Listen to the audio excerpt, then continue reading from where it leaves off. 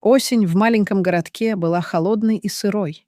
Листья падали с деревьев, как слезы, а ветер выл, будто оплакивал что-то невидимое. На школьном дворе дети шумели, смеялись, толкались, размахивая яркими рюкзаками с героями мультфильмов.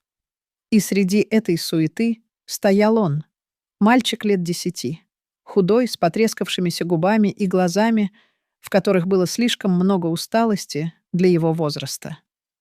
В руках он сжимал ранец, размокшую картонную коробку, перевязанную старым скотчем. На боку коробки виднелась надпись «Молоко», выцветшая от дождя. «Эй, коробочник!» — крикнул один из мальчишек, долговязый парень в новой куртке. «Опять свой мусор притащил! Выкинь его уже!» Толпа загоготала. Кто-то бросил в него комок грязи, но мальчик даже не вздрогнул. Он молча поправил коробку, прижал ее к груди и пошел к входу в школу. Его звали Саша, но мало кто знал его имя. Для всех он был просто коробочник. В учительской Анна Сергеевна, женщина лет 40, с усталым лицом и добрыми глазами, пила чай, глядя в окно. Она заметила Сашу еще в начале года. Он всегда приходил последним и уходил первым, будто боялся задержаться. Сегодня она решила подойти. «Саша», — позвала она мягко, когда он появился в коридоре, — «ты не замерз? Куртка у тебя тонкая, а погода нормально», — буркнул он, не поднимая глаз. Его голос был тихим, почти шепотом. «А коробка твоя... Может, я поговорю с родителями? Найдем тебе рюкзак. У нас в школе бывают такие акции...» «Не надо», — резко оборвал он, впервые посмотрев на нее. В его взгляде было что-то твердое, почти взрослое. «Мне так удобно». Анна Сергеевна вздохнула. Она видела таких детей, гордых, несмотря на нищету. Но что-то в Саше ее тревожило. Может, его бледность?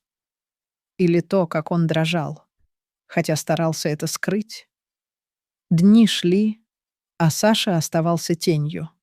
Он не играл с другими, не отвечал на уроках, хотя Анна Сергеевна замечала, что его тетради всегда аккуратно заполнены.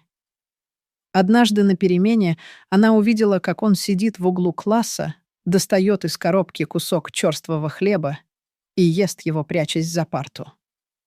«Саша, ты почему не в столовой?» — спросила она, подойдя ближе. Он вздрогнул, спрятал хлеб и сжал коробку. «Я не голодный», — соврал он, хотя его щеки ввалились еще сильнее. «У нас бесплатные обеды для тех, кому нужно. Я могу оформить «Не надо!»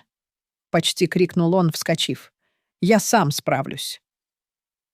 Анна Сергеевна отступила, но сердце ее сжалось. Она решила проследить за ним после уроков. Когда школа опустела, Саша вышел на улицу, прижимая коробку к груди, и побрел к окраине города. Анна пошла следом, прячась за деревьями. Он зашел в старый дом с выбитыми окнами, где пахло сыростью и бедой. Через щель в занавеске она увидела женщину, худую, с запавшими глазами, лежащую на продавленном диване. Саша достал из коробки тот самый кусок хлеба и протянул ей. «Мам, ешь», — тихо сказал он. «Я сегодня сытый». «Сашенька, ты же сам не ел». Голос женщины дрожал, но она взяла хлеб дрожащими руками. «Ешь», — повторил он тверже. «Тебе надо». Анна Сергеевна отвернулась, чувствуя, как слезы жгут глаза. Она поняла, Саша не просто беден. Он живет ради этой женщины, отдавая ей все, что у него есть. Следующие дни Анна пыталась помочь. Она оставляла в классе бутерброды для всех.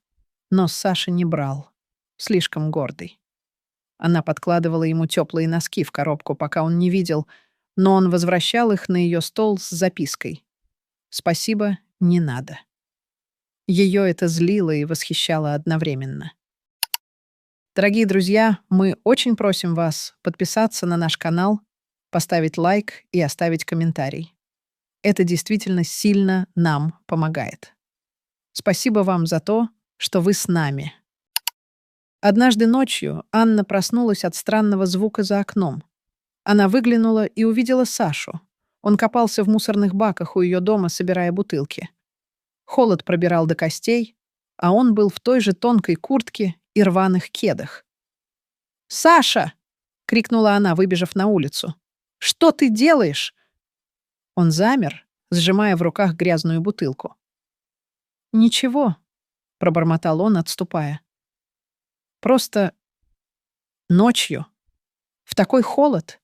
Она схватила его за руку, но он вырвался. «Мне надо! Маме лекарство нужно!» — крикнул он, и его голос сорвался. Впервые она увидела слезы в его глазах. «Какое лекарство? Саша, скажи мне правду». Он молчал, глядя в землю, а потом тихо выдавил. У нее что-то с легкими. Кашляет кровью. Доктор сказал, нужны таблетки, но они дорогие. Анна прижала руку к груди. Ей стало трудно дышать. «Почему ты не сказал раньше? Я бы помогла». «Не хочу милостыню», — отрезал он. «Я сам». Она смотрела на него, маленького, упрямого, с этой нелепой коробкой, и понимала, что он не примет ее помощь просто так. Но отступать она не собиралась. На следующий день Анна собрала коллег в учительской. «Нам нужно что-то сделать», — сказала она, стуча кулаком по столу. «Мальчик голодает, мать умирает, а мы тут чай пьем». «А что мы можем?» — пожала плечами завуч, пожилая женщина с холодным взглядом. «У всех свои проблемы. У нас бюджет не резиновый». «Тогда я сама», — отрезала Анна. «Скинусь с зарплаты. Кто со мной?» Несколько учителей нехотя кивнули, но большинство отвернулись. Анна вышла из учительской, кипя от злости. Она решила пойти к Саше домой, так как его не было в школе весь день. К вечеру она постучалась в дверь его дома. «Саша, открой! Это я!» — крикнула она. Дверь приоткрылась, и мать Саши, едва живая, посмотрела на нее мутными глазами. «Он ушел», — прохрипела она. «Сказал, что принесет деньги». «Куда ушел?» Анна схватила ее за плечи, но женщина только кашлянула кровью и осела на пол. Анна вызвала скорую, но пока ждала, сердце ее билось, как сумасшедшее. Где Саша? Что он задумал?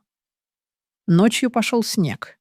Анна обзвонила всех, кого могла, но Саши никто не видел. Утром ее вызвали в больницу. Мать Саши умерла, не приходя в сознание. Анна рыдала, виня себя. Но хуже было другое. Саша пропал. Через 2 дня дворник нашел его. Он лежал в сугробе у заброшенного склада, сжимая свою коробку. Лицо его было белым, как снег, а пальцы замерзли в кулаках.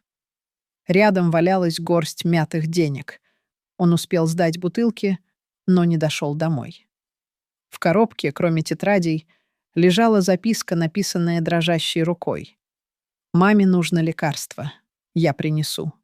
Обещаю». Словно он боялся забыть, ради чего терпит это все. Анна упала на колени рядом с ним, крича так, что голос срывался. «Почему я не заставила тебя взять помощь? Почему?» Полицейский, осматривавший место, покачал головой. Он замерз. Часов 10 назад. Один. Похороны были тихими. Школа собрала деньги, но уже поздно. Мать и сын лежали рядом под 2 крестами. Дети, что смеялись над Сашей, молчали, глядя в пол. Долговязый парень, бросавший грязь, плакал, пряча лицо в ладонях. Анна вернулась в класс и поставила картонную коробку на свой стол. Она была пустой, но весила тонны, груз ее вины, ее слепоты. На следующий день она уволилась, не в силах смотреть на парты, где Саша сидел один. Городок заговорил о коробочнике. Кто-то оставлял цветы у склада, кто-то молился. Но Анна знала, это не вернет его. Она только шептала про себя. «Прости меня, Саша. Я видела только коробку, а не тебя». Мораль. Иногда мы видим лишь оболочку, а не боль внутри. Дорогие друзья, мы очень просим вас подписаться на наш канал, поставить лайк и оставить комментарий. Это действительно сильно нам помогает. Спасибо вам за то, что вы с нами.